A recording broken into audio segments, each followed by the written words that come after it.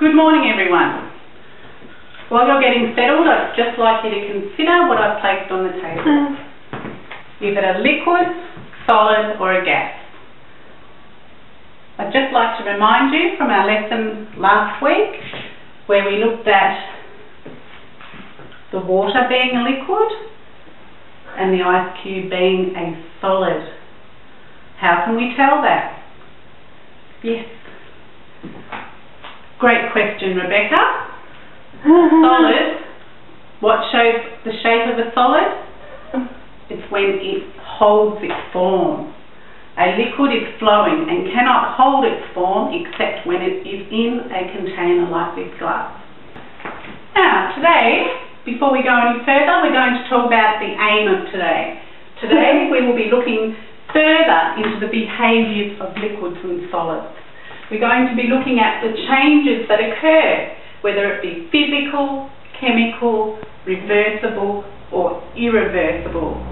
Now, that's really important because we need to know, whenever we're dealing with liquids and solids, if anything's going to change.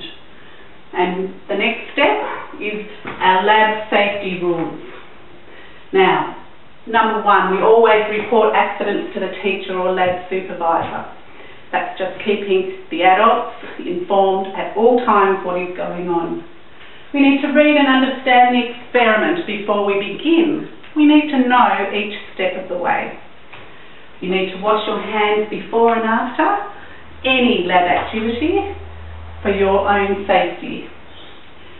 We never run or clown around, absolute no-no, and listen to your teacher because they will be telling you at all times all the procedures that are going on. And finally, and most importantly, you must wear protective clothing, as I am today, and you will be putting on protective coats. You'll be putting on protective eyewear and gloves, because the compounds that we are using today may cause skin irritation. Okay, we are creating today Flubber.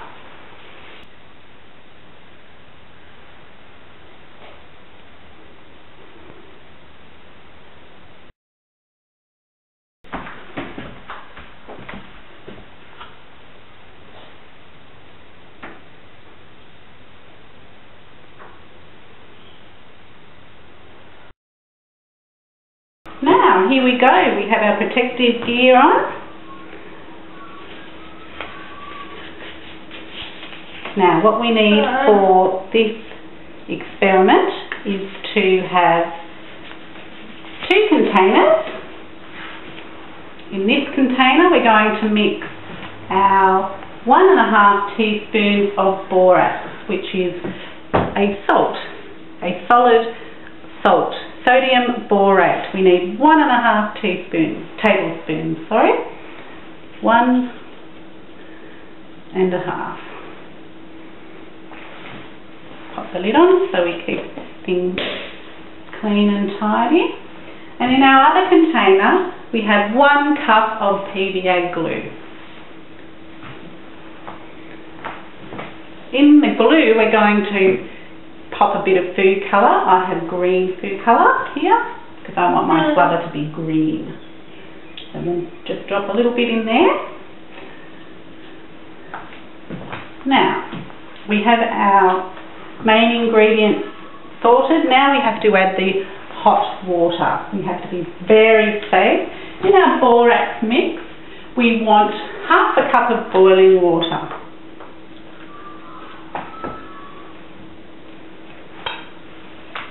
We're going to mix that with our spoon. And what we're doing is we're dissolving the borax and creating a liquid.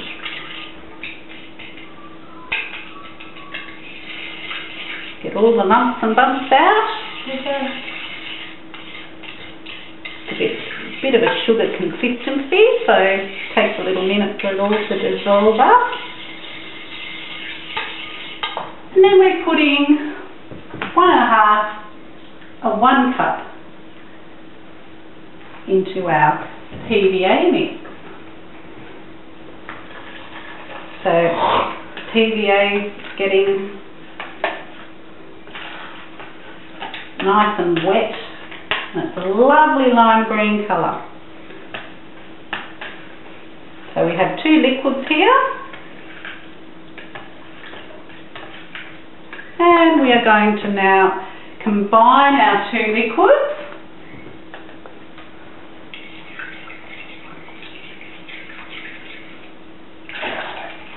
And we're going to mix. And already I feel the consistency of that liquid thickening right up. And it's as thick as whipped cream now, I suppose.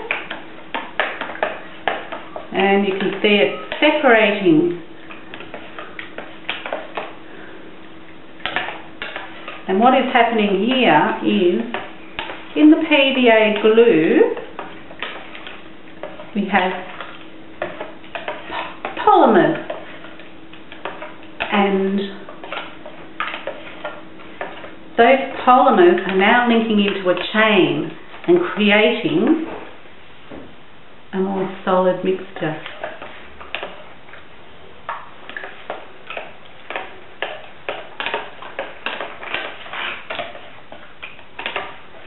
So I'd like you to consider if you believe that we have made a physical or a chemical change here, and if you think or believe that this process is reversible. Would we come out with our borax granules and our PVA mixture? Could we reverse it, or is it irreversible? Now, looking at the consistency of our mixture now, I've been working this piece, and it looks pretty much like a solid, doesn't it? Big blob of Play-Doh or clay. Now I'm going to pop my solid mixture into a sieve, and if you come back to this bucket, you can see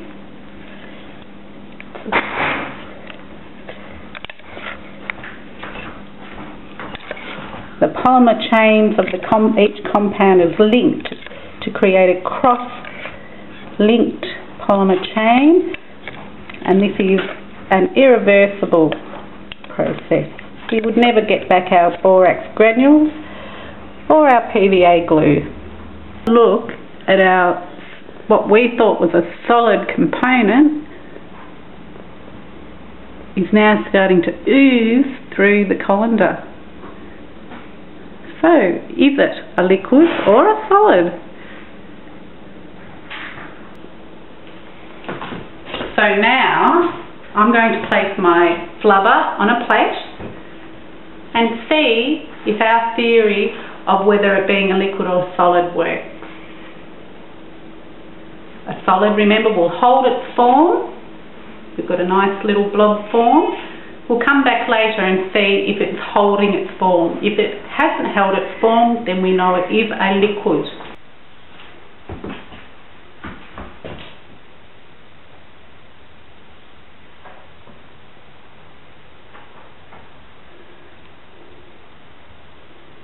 Now, to conclude our experiment, we need to look at our example of our flubber, which we left in the shape of a ball, and now after a 10-minute period we can see that the flubber has taken on the form of the plate, which means our flubber compound is a liquid, and to back that up, it has come through our colander as well. So I need you to record your findings in the shape of an A4 poster. We want it colourful and interesting, not slabs of writing, but we need to see what compounds that we used and the results from our experiment. Thank you.